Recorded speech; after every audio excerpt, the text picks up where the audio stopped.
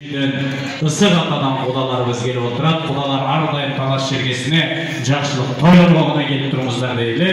Сіздерде қыз, бізде уыл бар екен. Мынакей 2 жаш 2 елдің ортасына алтын көпірі болып, бүгін жаштанға тойдың дастарханында насиптеш болып отырамыз.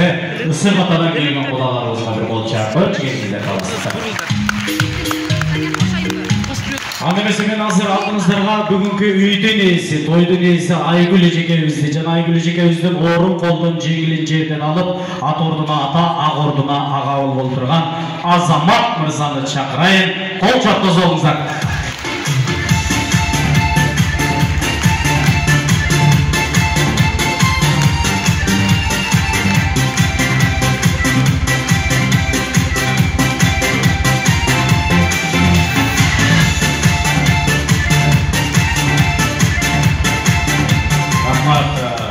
Айгүл эже, мен настроение жоқ, же өзүнүн серьезный иши істеп десем. Толкундан отасыз, кичине той берип. Мындай кандай? Настроениеңиз кандай? Келин алган кандай экен? Кайнене болгон кандай экен? Birinci жақшылығыңыз да?